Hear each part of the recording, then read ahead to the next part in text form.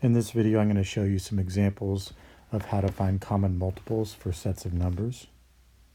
Question 1 says, which list shows common multiples for 4 and 6? So what we're looking for is we're looking for only numbers that both 4 and 6 go into.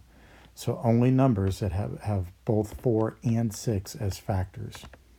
So A, 12, 24, and 36. 4 goes into 12, it goes into 24 and into 36, and 6 goes into 12, 24, and 36.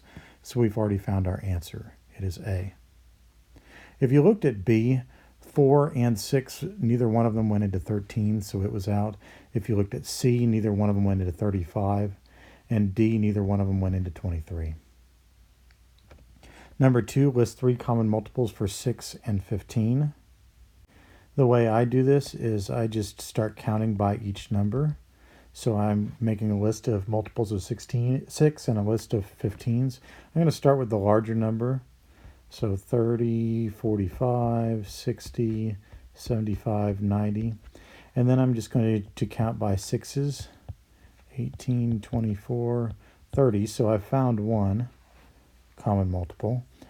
36, 42, 48, 54, and 60. I found another common multiple. And I probably already can figure out that eventually down the line, I'm going to get to 90 because 30 is a common multiple, 60 is, and then 90 is going to be as well. So I have 30, 60, and 90. And oftentimes, if you make a list like that, you can see common patterns that allow you to finish before you actually have to make an extremely lengthy list. Question 3 says, which number is a common multiple of 15 and 10? So something that 15 goes into that 10 also goes into. 15 does not go into 20, so it's out. 15 goes into 30 and 10 goes into 30, so there's your answer. 5 is a factor, not a multiple. And 45 is a multiple of 15, but not of 10. Number 4 says, write a number that's a common multiple of 24 and 26.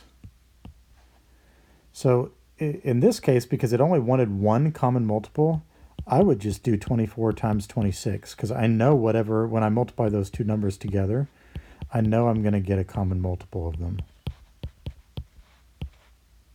So 624 is definitely a common multiple of 24 and 26. You could also start listing a bunch of multiples of these two numbers if you really wanted to find the least common multiple of them.